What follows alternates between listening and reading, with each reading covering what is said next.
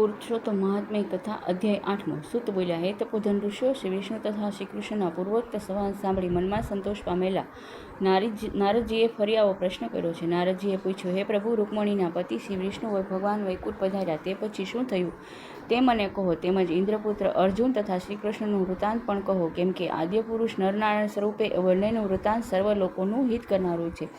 શ્રી નારાયણ બોલ્યા છે, હે નારદ, રૂકમણીના નાથ શ્રી વિષ્ણુ હર્ષપૂર્વક પોતાના વૈકુંઠ ધામમાં પધાર્યા તે પછી ત્યાં જઈ તેમણે એ અધિક માસને પણ ત્યાં જ વસાવ્યો।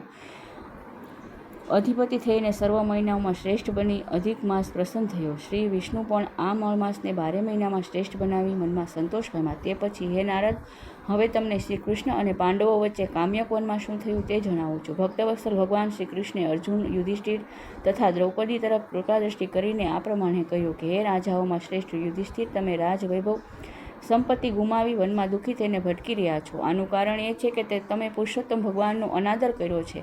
તમે તે માસ વનમાં આચરણહીન બની ગુમાવ્યો છે। ભીષ્મ, દ્રોણ તથા કર્ણના ભયથી હસ્તિનાપુરમાં પણ તમે પુરુષોત્તમ માસના મહાત્માને જાણી શક્યા નથી અને વેદવ્યાસજીની પ્રાપ્ત વિદ્યા આરાધનામાં રચ્યા-પચ્યા રહ્યા। આમાં તમારો દોષ નથી। ભાગ્ય અનુસાર મનુષ્ય દુઃખ ભોગવવું પડે છે। હે મહારાજ, તમારા દુઃખનું બીજું પણ આશ્ચર્યકારક તથા ઐતિહાસિક કારણ સાંભળો। શ્રી કૃષ્ણ બોલ્યા, આ દ્રૌપદી પૂર્વજન્મમાં મેઘાવી બ્રાહ્મણની પુત્રી હતી। તેનું નામ મેઘાવતી હતું। તે ચતુર, ગુણવાળી તથા ખૂબ સુંદર હતી।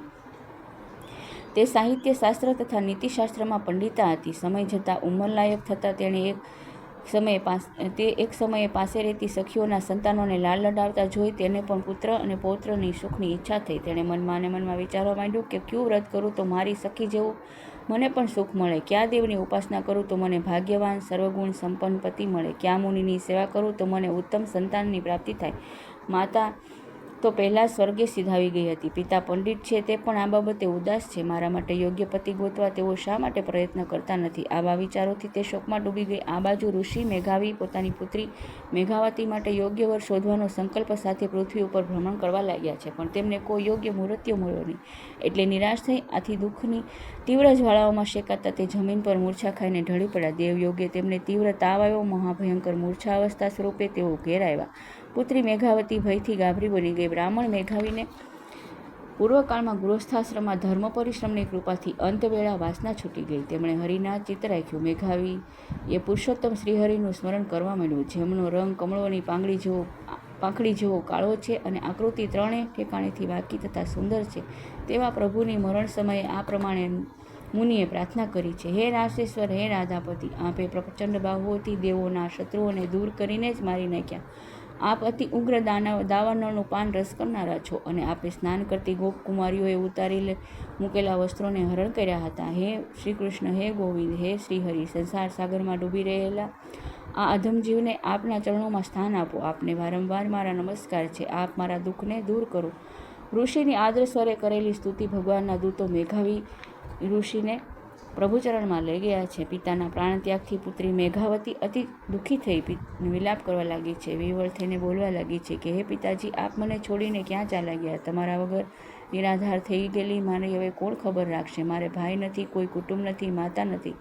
મારા અન્ન, વસ્ત્ર તથા જીવનની ચિંતા કોણ કરશે? આ ઘોર જંગલમાં હું એકલી કેવી રીતે રહી શકીશ? મારે હવે જીવવાનું શું પ્રયોજન છે? મારો વિવાહ વિધિ કર્યા વિના જ તમે ક્યાં જતા રહ્યા? ઉઠો ઓ પિતા, હવે ઉઠો, બહુ વખત થયા સૂતા છો। એમ કહી આંસુવાળા મુખેથી તે બાળા વારંવાર વિલાપ કરવા લાગી। તે કન્યાનું રુદન સાંભળી ત્યાંના વનવાસી બ્રાહ્મણો વિચારમાં પડ્યા કે આ તપોવનમાં આવું કરુણ રુદન કોણ કરે છે?